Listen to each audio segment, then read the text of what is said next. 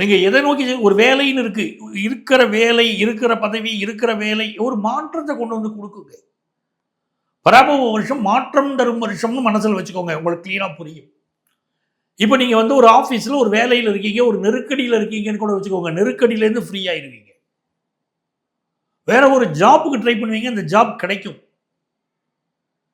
அது ஒரு வகையில. என்னைக்கு வந்து ஜூபிட்டர் நமக்கு லாபத்துல இருக்காரோ, அப்ப வருஷம் லாபமாக இருக்க போகுதுன்னு அர்த்தம். சார் ஒரு ஜாதகத்துல நம்ம எப்படி பார்க்குறோம்? ஒரு குழந்தை பிறக்குது, பிறக்கும்போது கிரகநிலைகள் எப்படி இருக்குன்னு பார்க்குறோம். அத வச்சுக்கிட்டு தான் ஜாதக பலன் சொல்றோம். அப்படித்தான் ஒரு வருஷம் பிறக்கிற போது, அந்த வருஷத்துடைய கிரகநிலைகள் அந்த நாள் அன்னைக்கு எப்படி இருக்கு? 14/4/2026 காலையில 8:33 பராபவ வருஷம் பிறக்குதுன்னா, அப்போ எப்படி இருக்கு கிரகநிலைகள்? அதுதாங்க நமக்கு பேசப்போகுது. அப்போ அப்படி நம்ம பார்க்கும்போது, நம்ம ராசிக்கு லாபத்துல குரு பகவான் உட்கார்ந்திருக்காரு. ஜூபிட்டர்னாலே தெரியும். காசு, பணம், துட்டு, புகழ், வளர்ச்சி, நல்ல நெறி, நல்ல குணம், நல்ல பிள்ளைகள், நல்ல உறவுகள், எல்லாம் நல்ல அப்படின்னு வார்த்தையை சேர்த்துக்கலாம்.